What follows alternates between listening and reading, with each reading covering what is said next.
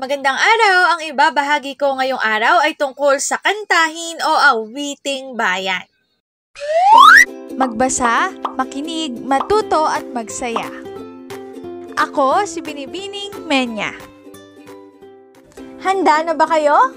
Tara na, umpisa na nating isa-isahin at pirapirasuhin ang mga detalyeng nakapaloob dito. Maaari kong ibigay ang soft copy ng video na ito, mag-email ka lamang o kaya naman ay mag-message sa aking Facebook page. Ilalagay ko ang aking email sa gitnang bahagi ng video at ang Facebook page naman ay sa huling bahagi matatagpuan. Maraming salamat sa panonood! Katulad ng binanggit ko kanina, ang ibabahagi ko ngayong araw ay tungkol sa kantahin o awiting bayan. Sa matatandang uri ng panitikan ng mga kantahin o awiting bayan. Mababaka sa mga awiting bayan ang kalinangan at pag-uugali ng mga tao ng lumipas na panahon. Inilalarawan nito ang damdamin, karanasan, kaugalian, pananampalataya, hanapbuhay, gawain, o anumang karaniwang kaganapan sa buhay ng mga tao sa isang pamayanan. Bago pa man dumating ang mga Kastilang mananakop, may mga awiting bayan ang inaawit ang mga katutubo. Sa panahon ng pananakop ng mga Kastila, lumaganap ang mga awiting bayan sa Luzon, Visaya at Mindanao. May kanya-kanyang bersyon ng mga Pilipinong naninirahan sa kabundukan at kapatagan. Si Padre Chirino, isang Kastilang historiador, ang mga katutubo ay likas na mahig sa pag-awit.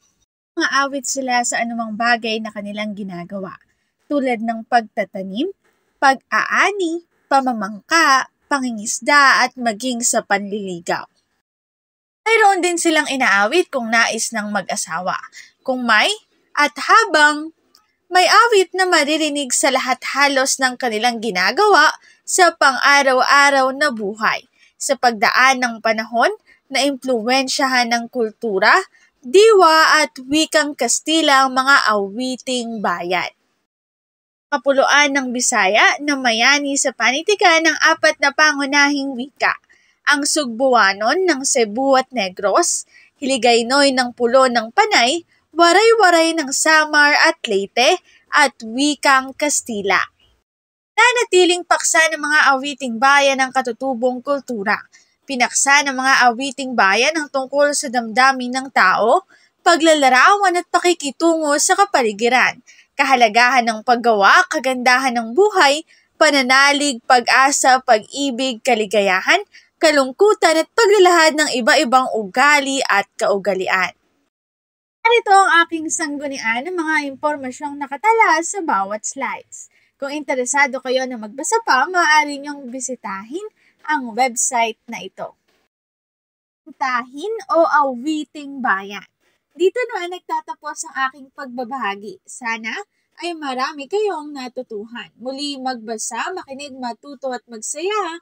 Ako si Binibining Menya. Paalam!